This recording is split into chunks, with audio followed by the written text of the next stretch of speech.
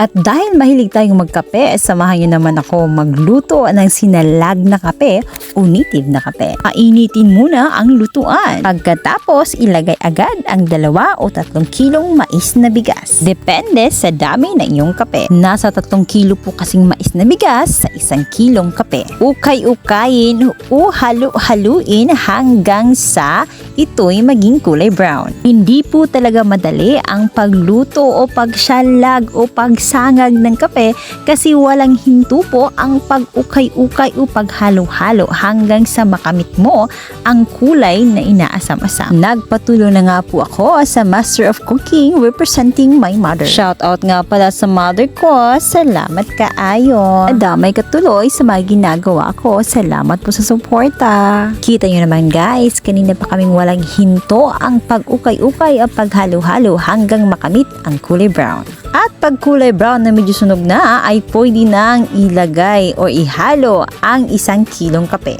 Ganunan pa rin ang proseso, walang hinto ang pag-ukay-ukay o paghalo-halo hanggang sa ito ay maluto. Pagluluto ng kape ay makukumpara natin sa ating buhay. Walang hinto ang pag-ukay-ukay o paghalo-halo hanggang sa makamit natin ang rurok ng tagumpay. At pag naging ganyan ang kulay, ay pwede na itong hanguin at palamigin. Pag malamig na, ay pwede na itong ipagiling o ipagaling sa pinakamalapit na galingan sa inyong lugar. Maraming salamat po at sana nagustuhan nyo ang aking munting video.